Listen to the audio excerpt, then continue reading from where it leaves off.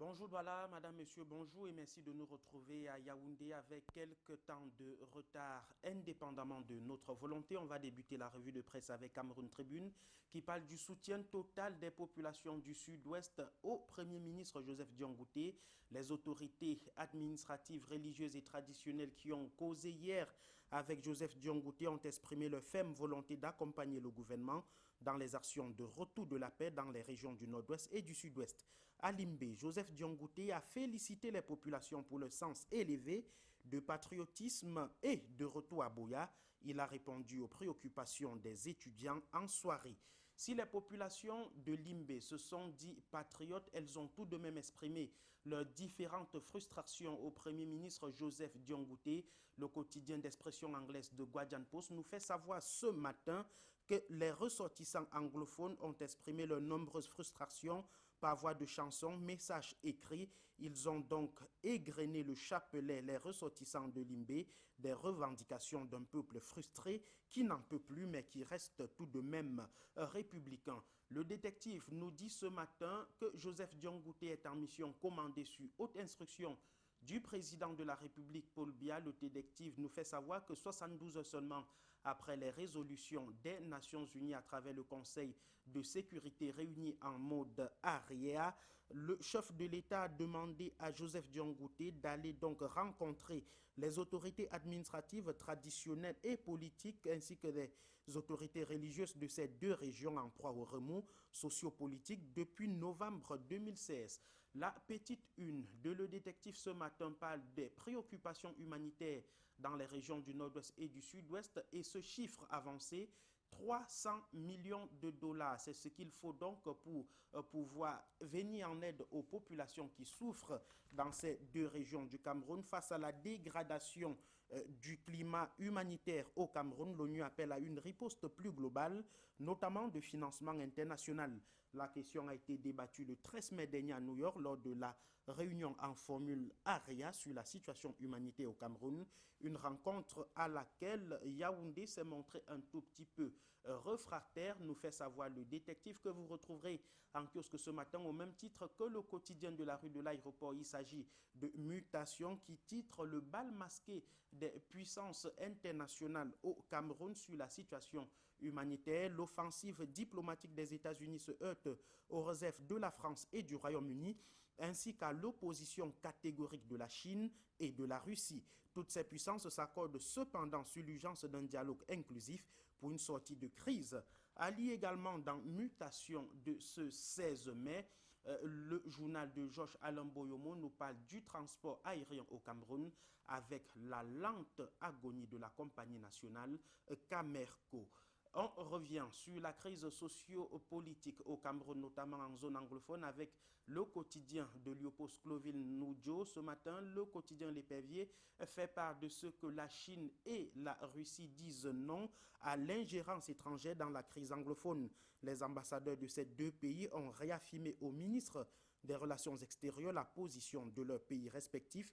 La Chine a cependant offert un don de 1 milliard et 700 millions de francs CFA en aide donc au Cameroun pour pouvoir donc venir en aide aux populations qui souffrent dans les régions du nord-ouest et du sud-ouest du Cameroun. L'OFLAN parle également ce matin de ce même débat avec la Chine et la Russie qui disent non à l'ingérence des puissances étrangères dans les conflits au nord-ouest et au sud-ouest du Cameroun. Le quotidien fait savoir que le 13 mai dernier à New York, réuni en mode AREA, le Conseil de sécurité s'est donc dit prêt à aider le Cameroun sur le plan humanitaire. Cependant, reste qu'il faut donc mettre totalement de côté l'hypothèse d'une ingérence.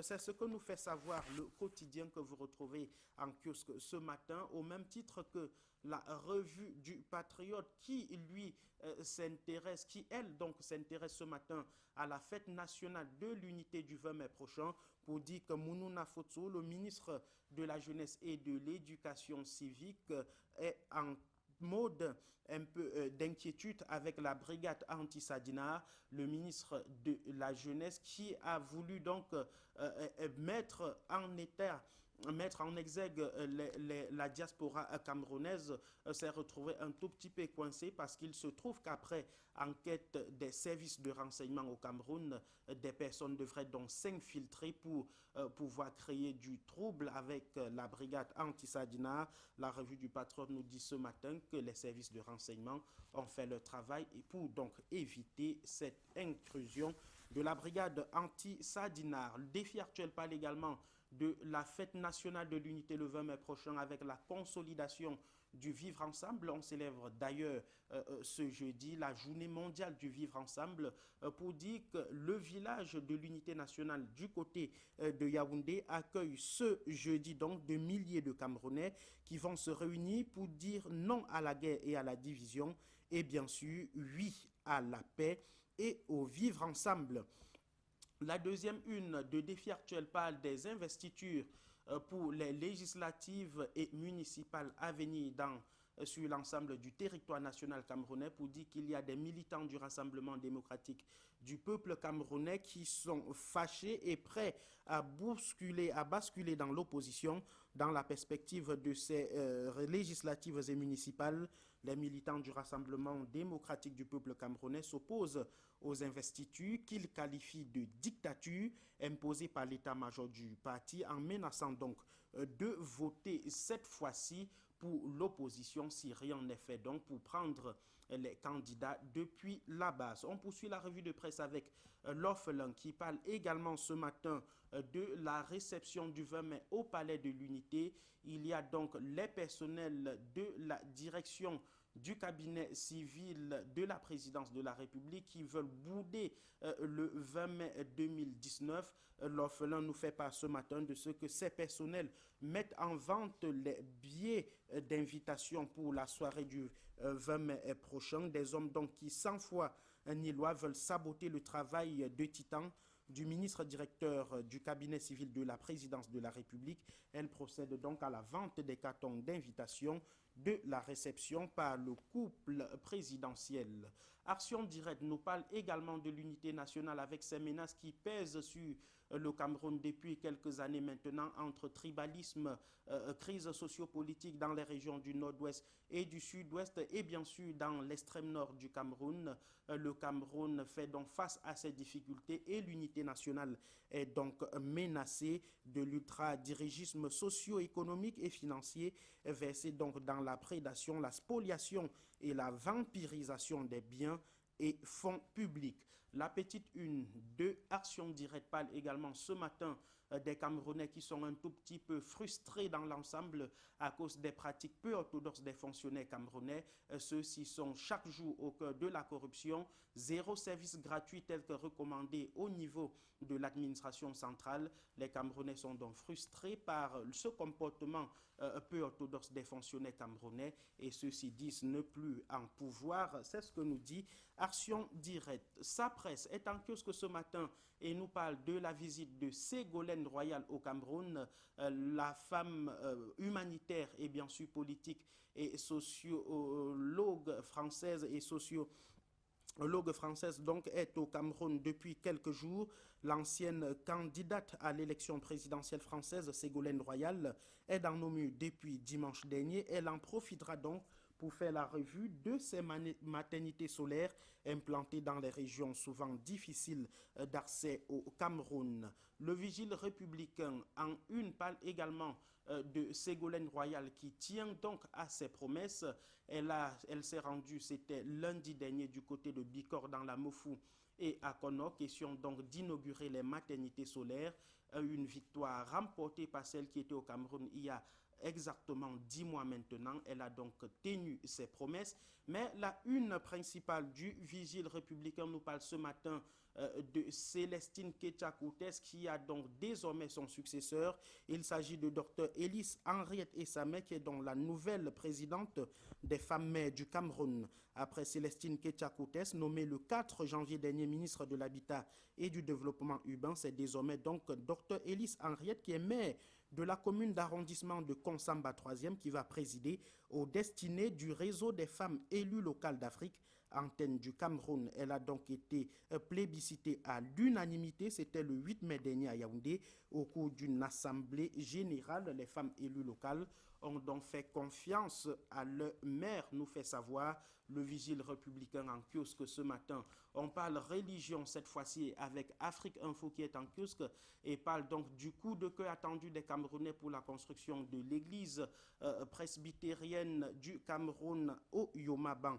Ici à Yaoundé, les fidèles sont engagés dans le chantier de construction d'un temple et de ses annexes. La collecte de fonds est prévue pour le dimanche 2 juin 2019 pour la continuation des travaux dont le taux de réalisation est à 60% et qui sont donc conduits avec succès par une commission chapeautée par Marie-Thérèse Mbott, ancienne d'église. L'initiative est saluée de concert par les fidèles et les populations de ce quartier de la cité capitale. Il s'agit bel et bien d'eau Yomaban qui ne manque donc pas par anticipation de dire merci à toutes les âmes charitables et à tous les donateurs qui vont contribuer à la concrétisation de ce rêve pour la gloire de Dieu. La deuxième une de Afrique Info ce matin nous parle de cette majesté qui écrit au président de la République Poblia, question de l'accompagner dans ses œuvres pour maintenir la paix et la stabilité du Cameroun. Il s'agit de Sa Majesté Robert Ndigui qui dit non à l'ingérence étrangère au Cameroun.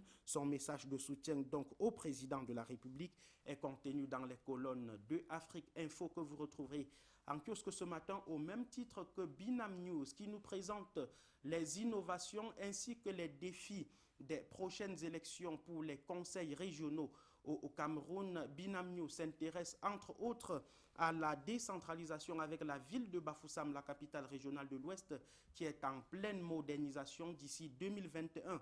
Date arrêtée pour la Coupe d'Afrique des Nations de football au Cameroun. La ville de Bafoussam aura tout un autre visage grâce au C2D, le contrat développement et désendettement qui est mis en œuvre depuis quelque temps pour donc aménager la voirie urbaine de Bafoussam.